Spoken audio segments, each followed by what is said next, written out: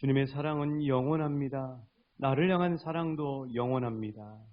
때로 내가 흔들리고 연약하여 있을지라도 나를 향한 주님의 사랑은 영원합니다. 십자가를 볼 때마다 영원한 아버지의 사랑, 바다보다 깊은 아버지의 사랑, 하늘보다 높은 아버지의 사랑을 붙들고 이 땅에서 승리하는 우리 모두 되게 축복하여 주시옵소서. 하나님, 저희들 믿음의 3대를 이루길 원합니다. 김문호 권사님 가정이 믿음의 3대를 이루게 하여 주시옵소서. 사랑하는 남편 이원구 성도님을 구원하여 주시고 여정 옆에 앉아 함께 예배할 수 있도록 이제 그날을 속히 허락하여 주옵소서. 일하실 때마다 눈동자처럼 지켜 보호하여 주시며 마음 안에 들어있는 성도님들과의 추억, 하나님의 세세한 사랑들이 다시 일어나 하나님 정말 새 힘을 얻고 늘 믿음으로 승리하는 가정 될 수 있도록 축복하여 주옵소서. 우리 주신 사무엘하 22장 31절의 말씀처럼 하나님의 도는 완전하고 여호와의 말씀은 진실하니 그는 자기에게 피하는 모든 자에게 방패시로다. 방패가 되어주시면 세상에 두려울 것이 없는 줄 믿습니다. 사랑하는 여종의 기도를 들으시는 주님, 자녀들과 손주들을 주께 돌아오게 하여 주옵소서. 예수 믿는 축복을 허락하여 주옵소서. 하나님 나라의 가정이 되게 하여 주옵소서. 복된 소식이 들려지게 하여 주옵소서. 영접하는 자가 되어 하나님의 자녀가 되는 권세를 허락하여 주옵소서. 말씀 앞에 섰습니다. 성령이여 우리 가운데 임하여 주옵소서. 부인할 수 없는 성령의 살아계심을 경험하게 하여 주옵소서. 예수님 이름으로 기도합니다. 아멘. 그 주님 이름으로 사랑하고 축복합니다. 우리가 예수님을 믿기로 결단을 하면은 하나님께서 성령님을 각 사람에게 파송해 주십니다. 그 성령님이 우리 안에 집을 짓고 사시죠. 바로 성전이라고 하는 집을 짓게 됩니다. 구약과 신약의 큰 차이는 무엇이냐면 구약은 예루살렘에 가야 성전이 있었습니다. 그러나 예수님이 십자가에 못 박히시고 3일 만에 부활하시고 난 다음에는 성전이 우리 마음 안에 건설되는 역사가 일어나게 된 것이죠. 그 성전에 누가 사시냐고요? 성령 하나님이 사시고 계십니다. 누구하고 사시냐면 나의 영과 함께 살고 있습니다. 그분이 나를 지켜주시는 거죠. 그분이 나와 함께 하시는 거죠. 그분이 나에게 진리의 안내자가 되시는 겁니다. 저기 땀 흘리고 있는 저 사람 있지. 저 사람에게 좀 친절하게 대해주면 안 되겠니? 지금 내 아들이 이런 어려운 상황 가운데 있는데 너 이번에 좀 기도 좀 해주면 안 되겠니? 또 우리가 기도하러 잠깐 책상에 이렇게 무릎 꿇건 성전에 나오건 기도하면은 그 사람이 떠오르게 하는 거죠. 너 사랑하는 나의 자녀를 위해 기도해 주지 않겠니? 하고 이렇게 안내해주고 코칭해주고 우리를 진리로 이끌어주시는 분이 바로 내 안에 사시는 성령님이신 거죠. 이 감리교의 창시자인 요한 웨슬레라는 사람을 모르시는 분은 없으실 겁니다. 이분은 어렸을 때부터 선교의 열성파고 또 믿음의 모범생이었습니다. 당연히 어머니의 신앙과 기도가 뒷배경이 되어 있었던 것이죠. 이 웨슬레의 그런 열심은 인디안 선교로 증거로 나타나게 됩니다. 35살 때 배를 타고 미국으로 가게 됐죠. 그 당시에는 영국에서 미국까지는 배로 4달이 걸렸습니다. 근데 그 길이 너무 험악한 길인 거예요. 그 대서양이 아주 사납고 험악한 그런 바다 중에 하나였습니다. 미국에 당도하려면 폭풍을 지나야 되는 것이죠. 동생 찰스 웨슬레와 함께 한 배를 타고 미국을 향해 미국에 살고 있는 그 아메리카 땅 가운데 있는 아직 복음을 듣지 못한 인디안들을 꿈에 그리면서 배 항해를 계속 임하고 있었습니다. 아니나 다를까요? 대서양은 사나웠습니다. 사나운 폭풍처럼 사나운 헐크처럼 배 위에 타고 있는 모든 웨슬레와 사람들을 위협하는 거죠. 자, 그 순간에 벌써 세 번째 폭풍을 맞닥뜨리게 됐는데 그 세 번째 폭풍을 맞닥뜨렸을 때 웨슬레가 일기장에 이렇게 기록을 하고 있습니다. 1736년 2월 25일의 기록입니다. 정오 무렵 이번 항해의 세 번째 폭풍이 일기 시작했다. 오후 4시가 되자 폭풍은 더 거세졌다. 휘청거리는 배 위로 산더미 같은 파도가 일어나 덮쳐왔다. 그 순간 배의 제일 큰 돛이 산산조각나 떨어지고 말았다. 눈 깜짝할 사이에 갑판 위는 물바다가 되었고 선실의 사람들은 비명을 지르며 아비규환의 아수라장으로 변했다. 그러나 모아비안 교도들은 배 한켠에서 조용히 시편 찬송가를 부르며 평온함을 유지하고 있었다. 나는 그 모습을 보고 큰 충격을 받고 그들 중 한 사람에게 다가가 물었다. 당신은 두렵지가 않습니까? 감사하게도 두렵지가 않습니다. 하지만 여인들과 어린애들은 무서울 게 아니겠습니까? 천만에 우리 아내들과 아이들은 죽음을 무서워하지 않습니다. 다행히도 배는 침몰하지 않고 미국의 조지아 항에 도달할 수 있었습니다. 함께 배를 탄 그들은 각자의 목적지로 흩어졌지만 웨슬레는 폭풍 치는 바다 위에서 목격한 충격적인 모습, 모라비안 교도들의 그 죽음 앞에서의 한없는 평온함의 충격적인 모습을 보고 한동안 그 충격에 사로잡혀 있었습니다. 똑같이 하나님을 믿는데 어떻게 모라비안 교도들은 어른아이 할 것 없이 죽음의 낭떠러지 끝자락에서 평온할 수 있습니까? 그들에 비해 죽을지도 모른다는 공포 앞에서 한없이 무력하고 나약한 자신의 더 초라한 믿음을 웨슬레는 목격하고 부인할 수 없었습니다. 대체 그들의 담대함의 능력은 어디로부터 온 것이? 이게 웨슬레의 마음과 영혼을 사로잡는 중요한 질문이 되었던 것이죠. 하나님은 그런 웨슬레에게 2년 후에 생생한 경험을 통해서 그 해답을 알려주셨습니다. 웨슬레 일기장엔 그날이 정확하게 1738년 5월 24일 수요일로 기록되어 있었습니다. 웨슬레는 지인의 초대를 받고 마지못해서 런던의 성 바울 성당에 가지 않고 다른 데로 다른 모임으로 발걸음을 옮긴 거죠. 마치 니누웨가 싫어서 다시스행 배를 타는 요나처럼 웨슬레는 그냥 마지못해서 다른 곳으로 발걸음을 옮기게 된 것이죠. 다시 웨슬레 일기장을 펼쳐보겠습니다. 그날 저녁 별로 내키지 않았지만 알더스게이트가에서 모이는 어느 공동체의 모임에 참석을 했다. 그때 어떤 사람이 루터가 쓴 로마서 주석의 서문을 읽고 있었다. 저녁 8시 45분경 그리스도를 믿음으로 하나님께서 우리 마음에 역사하시면서 일어나는 변화에 대해 설명하는데 내 마음이 이상하게 뜨거워지는 것을 느꼈다. 그 순간 나는 오직 예수님만이 유일한 구원자임이 생생하게 믿어졌다. 그리고 예수님이 나 같은 죄인을 용서하셨으며 죄와 사망의 법에서 구원해 주셨다는 확신이 들었다. 나는 그날 처음으로 경험한 은혜들을 공개적으로 간직했다. 그날의 영적 체험 이후로 웨슬레는 변화되기 시작했습니다. 그전에는 죽음을 생각하면 두려웠고 끊임없이 먹고 살 것에 대한 두려움과 근심이 껌딱지처럼 떨어지지 않고 붙어서 웨슬레를 괴롭혔는데 대신 그날의 경험이 있고 난 다음부터는 죽음에 대한 두려움은 온데간데 없이 사라지고 기쁨과 평안이 자신 안에 부어져 있음을 발견하게 된 것이죠. 웨슬레가 죽음에 대한 두려움에서 벗어나 기쁨과 평안을 얻게 된 근원과 능력은 무엇인가? 사도행전 1장 8절은 이렇게 우리에게 그 해답을 말씀해주고 있습니다.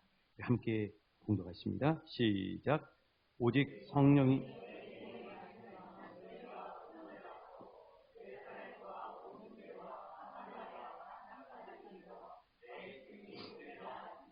아멘. 오직 성령이 너희에게 임하시면 너희가 권능을 받고 파워를 받는 거죠. 파워가 있어야 됩니다. 오늘 21세기를 살아가는 우리들에게는 파워가 있어요. 돈의 파워가 있든지 자리의 파워가 있든지 배경의 파워가 있든지 학벌의 파워가 있든지 그 파워를 위해서 사람들은 목숨 걸고 이 세상에 사냥을 하면서 살고 있습니다. 그런데 성령이 우리에게 임하시면 우리에게 능력이 임한다는 거예요. 파워가 임한다는 것입니다. 성령이 임하시면 능력이 부어지는 거죠. 성령이 임하시면 파워가 생기게 되는 것입니다. 좌우 옆 사람에게 이렇게 축복하십니다. 성령 충만해지면 당신에게 능력이 부어집니다. 성령님이 임하시면 당신에게 파워가 생깁니다. 그래서 하나님 오늘 설교의 제목을 성령님을 힘입어 살라 하고 이렇게 말씀해 주시는 거죠. 예수님을 믿는데도 불구하고 성령님을 힘입어 능력 있는 삶을 사는, 마치 모라비안 성도님들처럼 능력 있는 삶을 사는 이들이 있는가 하면, 예수를 믿어도 초창기의 요한 웨슬레처럼 허덕거리며 살아가는 이들이 있습니다. 저희 여러분은 어디에 해당되십니까? 그 이유가 뭘까요? 왜 예수를 믿는데 허덕거리며 사는 이들이 있을까요? 그 이유를 로마서 8장 3절은 이렇게 말씀하고 있습니다. 한번 따라해 주시겠습니다. 율법이 육신으로 말미암아 연약하여 할 수 없는 그것을. 그렇습니다. 우리가 육신을 힘입어 살면 연약할 수밖에 없어요. 우리 육신을 힘입어 살면 연약할 수밖에 없고, 우리가 오매불망 하나님의 말씀, 하나님의 뜻대로 살아갈 능력이 안 생깁니다. 왜 그러냐면 우리 모두가 부인할 수 없는 사실은 우리의 육신은 죄로 깨어져 있어요. 우리 육신은 달릴 수 없는 녹슨 기관차와 같습니다. 죄로 인해서 온통 깨어져서 녹슨 기관차처럼 기동력이 없는 거죠. 원동력이 없는 거죠. 그 하나님의 목적, 하나님의 말씀의 그 레일을 달릴 수 있는 힘이 없는 거죠. 이 녹슨 기관차처럼 말입니다. 철만은 달리고 싶습니다. 그러나 우리 육신은 연약할 수밖에 없다고 하는 사실이죠. 그래서 우리 본성으로는 거룩해질 수가 없어요. 우리 본성은 죄에 감염되어 있어요. 그 증거를 한번 말씀드려보겠습니다. 자, 어린아이들을 보면 정말 때묻지 않은 순수함을 가진 어린아이들이 인간의 죄성을 가지고 있음을 우리가 알 수가 있어요. 이름만 되면 알만한 우리 복음방송사의 사장, 장로님 댁에 신방을 갔었을 때 일이었습니다. 부인 권사님이 이제 저에게 우스갯소리로 말씀을 하시는, 목사님, 세상에 말이에요, 우리 외손녀 아무개가 이런 일을 했어요. 그러니까 이제 그 장로님은 항상 자녀들이 주말이면 집에 오는 거예요. 그러니까 친정에 오는 거죠. 친정에 와서 주일을 함께 교회에서 예배를 드리고 이제 같이 식사하고 월요일 날 이제 주일 저녁에 각자 집으로 가는 거죠. 이게 참 믿음의 3대가 되는 거죠. 믿음의 3대가 되는 거죠. 근데 이제 월요일 날 딸에게 전화가 온 거예요. 딸이 이제 학교 교사 선생님이신데, 이 딸이 전화를 했는데 뭐라고 전화를 했냐면은 그 아침에 튀기 가방이 무겁더라는 거예요. 본인이 들고 가는 가방이. 그래서 월요일이니까 월요병 때문에 무거운가 보다 생각을 했는데, 점심을 먹고 계산을 하려고 가방을 샥 열어보니까 가방 안에 동전이 들어있더라는 거예요. 동전. 그래서 그 동전을 누가 거기다 집어넣었을까요? 누가 외갓집 재산에 손을 댔을까요? 그 예쁜 손녀가 가가지고 장로님 권사님이 좋은 일 하려고 이렇게 동전을 모아놓은 꾸러미를 보고 그것을 자기 엄마 가방에다가 막 집어넣은, 참 효녀죠. 그 일을 이제 장로님 손녀만 그런 게 아니라 사실 저희 집도 그랬습니다. 저희 집도 이제 이렇게 신혼 초에 처가 근처에 살았거든요. 그러니까 이제 저녁에 장모님이 식사하러 밥 먹으러 오라 그러는데 가서 밥을 먹곤 했는데, 여러분 저희 그 큰애가 이렇게 좀 점잖은 편이잖아요. 아이치고는. 근데 큰애가 엄마 가방에다가 외갓집에 있는 돈은 다 집어넣는 거예요. 동전을 다 집어넣는 거예요. 할머니 화장대에 있는 동전을 다 집어넣고, 그것도 모자라서 외삼촌의 책상 위에 있는 동전까지 다 집어넣고, 그렇게 해가지고 저희 집이 부자가 됐습니다. 그럼 어떻게 이런 천사 같은 어린아이들이 외갓집 재산에 손을 댈까? 목사님 제가 아들에게 가르쳐 줬을까요? 우리 집 돈 없으니까 할머니 집 가면 돈 많으니까 항상 엄마 가방에다 쓸어 담아. 이렇게 가르쳐 줬을까요? 제가 생각을 해보니까 제가 좀 이 빌미가 된 건 있더라고요. 그게 뭐냐면은 저희 아들이 그때 4살이었는데 4살 때 우리 아빠를 보니까 항상 가난하게 보이는 거예요. 항상 돈 없는 가난한 신학생. 그렇게 보였던 거 봐요. 그래가지고 이제 나중에 이제 그 사실이 발각이 되고 이제 외할머니가 경훈아 너 왜 그렇게 했니? 그랬더니 저희 아들이 한다는 얘기가 우리 아빠는 돈이 없고 할머니는 돈이 많잖아. 이렇게 얘기를 했다고요. 여러분 티끌 하나 묻어있지 않은 우리 아이들의 동심 속에 이렇게 죄성이 들어있는 이유가 뭐예요? 이 깊은 기도의 사람 다윗은 시편 51편 5절에서 이 사실을 발견하게 된 거죠. 같이 한번 읽어보실게요. 시편 51편 5절입니다. 시작. 내가 죄악 중에서 출생하였습니다. 그렇습니다. 다윗 자신이 어떻게 출생했다고요? 죄악 중에서 출생을 했어요. 엄마 뱃속에서 세상에 먼지도 안 묻는 가장 안전한 엄마 태 속에서도 죄 중에 잉태를. 이게 죄로 깨어진 우리 인간의 실체. 그래서 우리 인간은 이렇게 엄마 뱃속에서부터 죄로 물들어서 태어나기 때문에 녹슨 기관차처럼 죄로 깨어지고 그리고 하나님의 뜻대로 행할 능력이 없는 거예요. 여러분 기도가 쉽던가요? 정말 기도가 어렵습니다. 왜 그런지 아세요? 우리 육이요 절대 기도하고 싶어 하지 않아요. 말씀이 여러분 막 이렇게 읽고 싶어져요. 우리 육신은 말씀이 좋지가 않아요. 세상 것이 좋은 거죠. 세상의 것들이 좋아요. 그게 우리 육신. 자, 그래서 하나님은 우리 육신으로는 연약해서 율법을 행할 수가 없다. 그게 우리의 사실이에요. 그럼 어떻게 되느냐? 우리 육신은 연약해서 율법을 행할 수가 없고 하나님의 뜻대로 할 수가 없는데 누가 하신다고 말씀하고 있어요? 우리 8장 3절 다시 한번 읽어보실게요. 시작. 율법이 육신으로 말미암아 연약하여 할 수 없는 그것을 하나님은 하시는 곧 죄로 말미암아 자기 아들을 죄 있는 육신의 모양으로 보내어 육신의 죄를 정하라. 그렇습니다. 우리 육신으로는 못해요. 우리 육신으로는 항상 죄의 껌딱지처럼 붙어 있어서 이것이 하나님의 뜻대로 살 능력을 허락하지 않아요. 그런데 하나님이 하신다. 사람으로는 할 수 없으되 하나님은 다 하실 수 있느니라. 마태복음 19장 26절의 말씀이죠. 나는 할 수 없는데 하나님은 하실 수 있어. 환경은 도저히 안 되는데 하나님이 그 환경을 주장하시면 길이 만들어지고 강이 열리고 하나님께서 문을 만들어버리고 하나님께서 그 일을 펼쳐가 버리시고. 따라해 주시겠어요? 하나님은 하시나니. 하나님은 하십니다. 그렇죠. 하나님이 하신 거예요. 그래서 하나님이 뭘 하셨어요? 껌딱지처럼 붙어서 우리를 무력하게 했던 이 죄, 그 녹슨 철마가 되어 사망의 계곡 아래로 떨어져야 할 우리의 죄를 하나님이 해결하셨는데 그 방법이 뭐예요? 따라해 주시겠어요? 예수 그리스도. 예수 그리스도. 그렇죠. 예수 그리스도를 통해서 죄 문제를 해결해 버리시죠. 하나님이 아들 예수를 우리처럼 육신의 몸을 입고 이 땅에 오게 하신 거예요.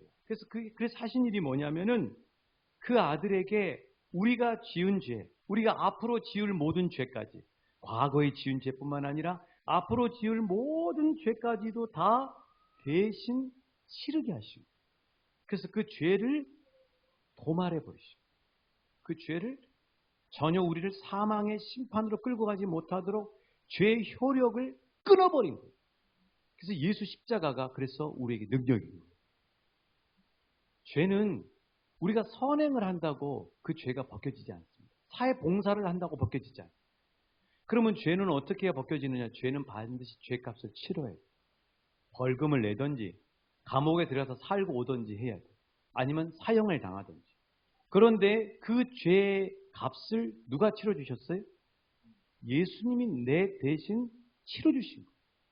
그래서 예수님이 그 죄값을 치르시고 죽으신 거예요. 예수님의 죽음은 바로 그래서 나를 살리기 위해 죽으신 죽음인 거예요. 그래서 예수님의 은혜가 나를 살린 거예요.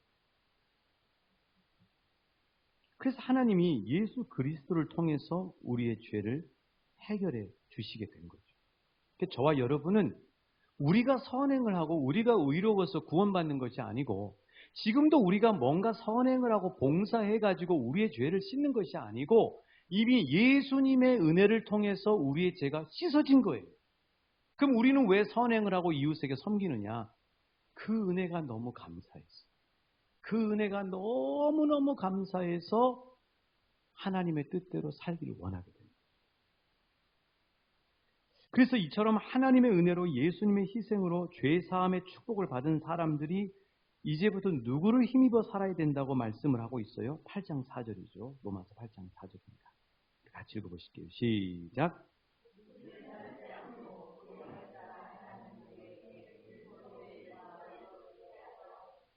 그렇습니다. 육신을 따르지 않아요. 육신은 녹슨 기관차예요. 이제 누구를 따라요? 그의 영을 따라요. 그 영이 어디 있냐고요? 내 마음 안에 있죠. 제가 여쭐게요. 그럼 내 마음 안에 말씀하세요. 그의 영이 어디 있어요? 성령님이 어디 계세요? 여러분, 하나님이 얼마나 우리와 함께 하시고 싶으시면 우리 안에 들어와 버리시겠어요. 하나님 우리 몸과 떨어져 있어 우리가 필요할 때 그 요술공주 램프처럼 이렇게 날아오시는 게 아니라 하나님이 아예 우리 안에 들어와 살고 계신다니까요. 그러니까 우리는 항상 24시간 그분의 인도함을 받고 그분의 도움을 받고 살 수가 있는 거죠. 그래서 예수님의 은혜로 십자가의 능력으로 죄사함을 받고 놀라운 구원의 축복을 받은 사람들은 이제부터는 8장 4절에 의하면 육신을 따라 사는 것이 아니라 그의 영을 따라 행하는 거예요. 그의 영을 따라 행하는 우리에게 율법의 요구가 이루어져 버려요. 내가 율법을 이루는 게 아니고, 내가 하나님의 말씀을 지키는 게 아니고, 내가 기도하는 게 아니고, 내 안에 들어와 계시는 성령님이 또 기도해야 되겠다 하고 기도하는 마음을 불러일으키시면 그 영을 따라 우리가 그 영을 따라 행하면 하나님이 원하시는 대로 기도가 이루어져 버리는 거예요. 그게 바로 예수 십자가를 통과한 사람들이 사는 삶의 방식이에요. 그의 영을 따라 율법의 요구가 이루어지게 된다고 합니다. 그래서 내 힘으로 하려는 것을 내려놓고 이미 내 안에 들어와 사시는 성령님을 힘입어 살면 하나님의 뜻이 이루어져 버려요. 담배 끊는 사람을 이 세상에서는 지독한 사람이라고. 담배 끊는 게 얼마나 어려우면 그렇게 표현하겠어요. 코로나 안 걸리신 분 계시죠? 저 결혼식 주례하고 난 다음에 같이 식사하는데 그 예전 섬기시던 교회 권사님이 농담으로 그러시더라고요. 목사님 코로나 걸리셨어요? 코로나 안 걸렸는데 사회성이 부족하시네요. 저도 안 걸렸어요, 목사님. 그래도 담배 끊는 것은요 진짜 어려운 일이에요. 근데 담배를 어떻게 끊느냐? 자, 여기 안에 담배를 끊으신 분들이 있을 거예요. 예전에는 골초였고 예전에는 애연가였는데 담배를 끊는 기적을 경험하신 간증자들이 여기 많이 계세요. 일어나 보시라 그럴까요? 많이 있다니까요. 그분들이 어떻게 끊으셨어요? 금연 프로그램에 들어가서? 금연 프로그램에 약을 드셨어? 아니요. 예수를 믿고 난 다음에 어느 날부터 그렇게 끊으려고 해도 작심삼일만 됐던 담배 냄새가 싫어지기 시작해버린 거예요. 담배 냄새가 싫어져서 담배가 끊어져 버린 겁니다, 여러분. 자기가 끊은 게 아니고 내 안에 예수님이 들어오시고 성령님이 들어오시니까 담배 냄새가 싫어지면서 끊어져 버린 거예요. 밥인지 술인지 항상 얼마나 좋아하시면은 이 밥상에다가 술까지 올려놓으시고 반주로 드시길 좋아하시는 그런 분이 술고래가 어느 날부터 예수를 믿고 난 다음부터는 그 술이 그렇게 달게 느껴졌던 술이 써져 버리는 거예요, 여러분. 내가 술을 끊는 게 아니고 술이 써져 버리는 거예요. 노름을 취미처럼 좋아하시던 분이 예수 믿고 은혜를 받으니까 동양화가 꼴보기 싫어져 버리는 거예요. 어디 계시냐고요? 제가 손가락으로 짚을까요? 다 있어요. 밭에 나가도 운동하러 가도 그렇게 흥얼거리면서 세상 노래가 좋았던 분이 성령님이 임하시니까 나도 모르게 그 세상 노래가 멀어져 버리고 찬양을 듣고 싶고 찬양만 들으면 그렇게 기쁘고 찬양만 들으면 마음이 저리도록 좋아지고 기뻐져 버리는 거죠. 되어져 버린다니까요. 이루어져 버리는 거예요. 내가 돼야지, 하지 말아야지가 아니라 내 안에 성령님이 임하시고 성령님이 나를 주장하시기 시작하면은 되어져 버리는 거예요. 이루어져 버리는 거예요. 8장 4절 제가 다시 읽어드릴게요. 그의 영을 따라 행하는 우리에게 율법의 요구가 이루어지게 하려 하십니다. 내가 행하는 게 아니에요. 그래서 성령님이 임하시면, 성령 충만해지면, 성령님을 따라 행하면 말아야지 이렇게 해도 되는 안 되는 인생이 되어져 버리고 이루어져 버리더라는 거예요. 그런 인생으로 바뀌어 버리는 거예요. 자, 여러분, 우리가 서울을 가잖아요. 그러면 서울을 가려고 그러면은 걸어서 가는 사람은 없을 거예요. 그렇죠? 다 뭘 타고 가요? 차를 타고 가요. 내 무릎도 안 좋은데, 내 허리도 안 좋은데 서울까지 걸어가는 사람은 없어요. 차를 타고 가죠. 차에다가 딱 몸을 실으면, 고속버스에 몸을 실든 익산역에 가서 KTX 기차에 몸을 실든 딱 실으면은 서울 목적지까지 가게 되는 거예요. 자, 믿음 생활이라고 하는 게 그런 거예요. 지금 죄로 인해서 연약하고 병들고 힘이 없는 자기 육신으로 걸어 나가는 게 아니고 성령님이 운전하시는 차에 내 몸을 실으는 거예요. 그게 예수 믿는 거예요. 내 안에 이미 들어와 계시는 성령님이 운전을 하신다니까요. 그분의 차에 시간을 맞춰서 타시면 돼요. 그러면 그 성령님이 하나님의 말씀의 목적지로 나를 끌고 가버리는 거예요. 하나님의 진리의 목적지로 나를 끌고 가버리는 거죠. 그러니까 내 짐은 쉽고 내 이 멍에는 가볍다고 예수님이 말씀하시고, 이게 성령님과 더불어 사는 삶을 살아가는 사람인 거죠. 왜요? 성령님이 임하시면 능력이 임하기 때문에. 권능이 임해요. 하나님의 뜻대로 행해져 버리는 능력이 내가 경험되어지는 거죠. 그래서 성령님이 임하시면 기도하고 싶어지는 능력이 부어집니다. 성령님이 임하시면 믿음의 기도를 하는 능력이 부어져요. 기도가 막 쭉쭉쭉 뻗어나가요. 성령님이 임하시면 온전한 예배의 능력이 부어져 버려요. 성령님이 임하시면 지혜와 계시의 능력이 부어져요. 성령님이 임하시면 자녀를 어떻게 양육해야 될지가 아니라 순간순간 성령님이 우리 자녀가 하는 행동에 대해서 어떻게 지혜롭게 반응하고 하나님의 마음으로 반응할지를 가르쳐 주셔요. 성령님이 임하시면은 하나님이 임재하시는 찬양의 능력이 부어져 버려요. 성령님이 임하시면 전도하고 싶고요. 영혼 구원의 능력이 부어져 버리는 거예요. 성령님이 임하시면 말씀이 막 열려버려요. 말씀이 막 가슴에 와닿아요. 말씀이 꿀성이처럼 달아요. 그 말씀이 나를 사로잡기 시작해요. 그 말씀이 나를 끌고 가버려요. 이게 성령님의 자동차를 타는 사람이 경험하는 신앙의 능력이에요. 그래서 오늘 본문 8장 4절을 메시지 성경은 이렇게 번역을 하고 있어요. 이는 우리가 한층 노력해서가 아니라 오직 성령님께서 우리 안에서 행하고 계신 일을 우리가 받아들임으로써 그렇게 된 것입니다. 신앙생활을 노력하는 게 아니에요. 성령님이 우리에게 자꾸 선택을 줘요. 너 나하고 함께 기도의 자리로 갈래? 그럼 거기서 우리가 성령님께 손을 잡는 선택만 하면 돼요. 가면 돼요. 그러면 성령님이 놀랍게 기도해 주시고자 하시는 은혜를 예비하시고 부어주시는 거예요. 거기서 내가 안 가버리면 하나님은 인격적인 분이기 때문에 무당하고 달라요. 하나님은 악신하고 달라요. 하나님이 인격적인 분이에요. 그러면 너 다음까지 내가 기다려. 너 찬양 틀을래? 예. 찬양 틀으면 찬양 가운데 임재하시는 거죠. 그걸 내가 선택하는 거예요. 성령님이 내가 성령님 자동차에 타는 건 내가 선택하는 거예요. 그러나 성령님은 항상 우리를 안내자가 되셔서 진리의 길로, 은혜의 길로 이끌고 가셔요. 그걸 선택하고 그 차문을 열고 내가 타야 되는 거죠. 그럼 성령의 능력을 경험하는 놀라운 능력을 경험할 수 있게 되는 거죠. 우리가 주문 배달을 하면은 1588이라고 여러분 뜨죠. 그 1588이라고 하는 전화번호를 개발한 사람이 누구냐면은 CNT 테크의 전화성 대표라는 사람이에요. 근데 이분이 아주 그 달란트가 있어서 프로그램을 막 만듭니다. 프로그램 만들어요. 그런데 이 프로그램 만들어서 사업을 하다가 2번이나 실패를 했어요. 근데 자기가 만든 회사에서 함께 동업했던 사람들로부터 배신을 당해요. 배신을 당해서 얼마나 그 상처가 컸겠어요. 그 화병이 심해가지고 병원에 입원해서 정말 치료를 받을 정도로 이제 그런 어려움 가운데 있었던 거예요. 여러분, 사람에게 배신당하는 게 얼마나 큰 아픔이에요.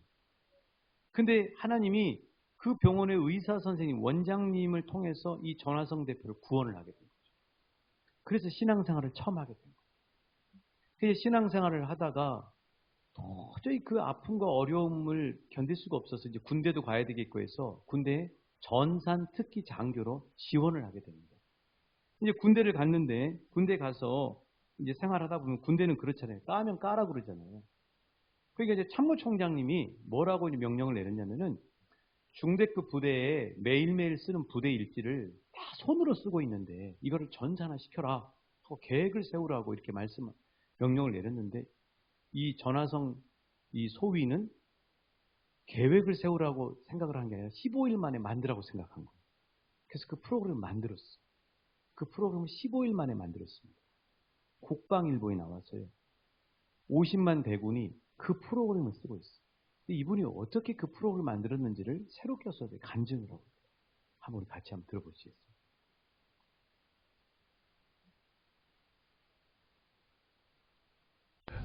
저는 이게 그때 제가 이렇게 사실 전 음성인식만 했었잖아요. 예, 예. 전자결제랑 상관도 없었었고 그리고 음성인식 같은 경우는 좀 다릅니다. 그러니까 당시 인공지능 기술은 이런 응용 소프트웨어 기술과 많이 달라서 전혀 경험도 없었었고 그냥 제가 한 거라고는 그냥 기도하면서 성령 충만한 좀 지혜를 달라고 했을 때 그냥 오전에 앉아서 굉장히 좋은 인사이트로 개발을 할 수가 있었어요. 네. 아, 아침에. 그래서 이렇게 해서 개발을 하고, 그리고 제가 임지에 간 다음에 12월 1일 날 국방일보 1면에 중대급 부대일지 전산화됐다. 이 기사가 이렇게 크게 나와요. 엄청 큰일이고. 네, 야, 이거 완전 특박 15고박 네. 16일짜리. 그 병사들이 되게 좋아요. 그렇죠. 병사들은 조작할 일이 없잖아요. 그렇죠. 병사들은 너무 쉽게 쓸 수 있으니까.